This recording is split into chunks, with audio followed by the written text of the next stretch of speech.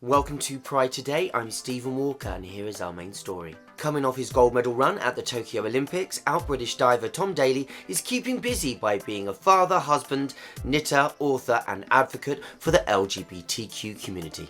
I sat down with the star in New York City to talk about his new book, coming up for air, gracing the newest Advocate cover and so much more. Hi, I'm here with gold medalist, father, husband, activist, avid knitter and author Tom Daley. Hello. Hello. So you're here for the US release of your memoir? Yes. Coming up for air. You've said that you've been misquoted in the past. Is this your way of taking back your own narrative, do you think? Yeah, I think when you go through the whole process of writing a book, it's very nostalgic. You kind of go back through your whole life in a really weird and detailed way, and then lots of things come up from memories and stories, and when you start talking to people, it's also really good sense of perspective because you go back and then you look at how I was thinking and what I was feeling when I was 14 years old in the Beijing Olympics, and I was reading I did a diary every single Olympics, like a handwritten diary, and just being able to go back and read that and be back in the voice of my childhood self, and then see how I've developed and matured as an athlete and as a person over the years. It's a really nice process. And you had me, I think, is at the second page when you said in your father's words, dive your socks off. Yes. Could you tell me the story about your dad's ashes, if you don't mind? Yeah, of course. I mean, I lost my dad in 2011 to a brain tumour. And every single day before he passed away, he would be asking, do we have tickets for the Olympics yet? Do we have our seats? Where are we going to be sitting? Are we going to be close to the diving boards? Are we going to be able to see? All of those things. And sadly, he passed away a year before the Olympics actually took place. And the one thing that I'm incredibly grateful for and brought me so much comfort was that I was able to put some of my dad's ashes at the bottom of the steps of the diving board, so that every time I went up to the diving board in London 2012, I was able to just touch the floor where I knew where the tiles were, where his ashes were underneath, and just be able to touch. And it felt like he was with me in a weird way. And he was able to sit on poolside and be there for the competition, although he wasn't able to be there in person. And you also talk about the love and support of your family and helping you get the gold. Yes. Do you think if you didn't have that love and support, there might have been a different outcome? Absolutely. I think, the different Olympics, going from 2008 to 12, 16 and 20, each one kind of gave me a different mindset. In 2008, I was a kid. I didn't really know what I was doing, although I thought I knew what I was doing at 14-year-old, like all 14-year-olds do. But then when the London 2012 Games, there was so much external pressure, but I knew that I had more Olympics in me. Then 2016, I put so much pressure on myself and didn't get the result that I wanted. By the time 2020 came around, I was a husband, I was a father, my priorities had shifted, my perspective had shifted, and I wasn't just thinking diving, eating, sleeping, thinking about it all the time. I was able to have a little bit of separation from my sport. As soon as you're a father, your kid becomes priority number one. It's that's the most important thing. So you then start to see things slightly differently. So when you go to the pool, or if you don't have a good day at the pool, you don't define yourself by your performance all the time, because before I'd just be thinking, if I'm diving well, I'm doing well. If I'm diving bad, I'm doing terribly. So being able to have that perspective really helps. So going into the Olympics, the last time round with where we ended up winning, was I just felt so loved, so supportive, and I was like, you know what, no matter what happens here, it's the most important thing is that I'm going to go home to a family that loves and supports me no matter what I do.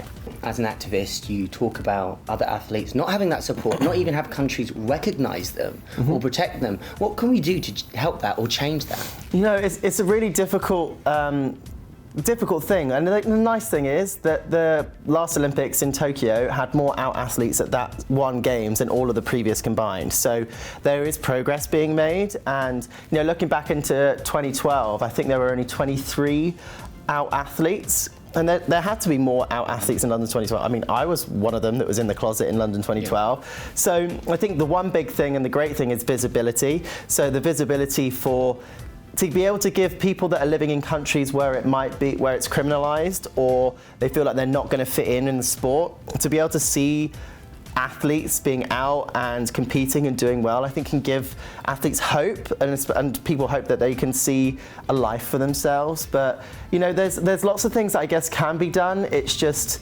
it's a very difficult and nuanced situation, you know what I mean? It's not something that can just be fixed overnight, but I do think that there is such power when it comes to visibility and being able to, you know, for example, use your platform to speak out and, you know, make queer people around the world feel like they exist and feel like they have a place on this planet. Reading the book, I really got interested in you talking. I'm a bit of a romantic. Yeah. So I love the whole love story and you becoming a father. I'm becoming a father myself. Yay. So I'm super excited and terrified. Yes. You talk about being two gay men being held to a higher standard, raising a child. Yeah. Robbie. Yeah.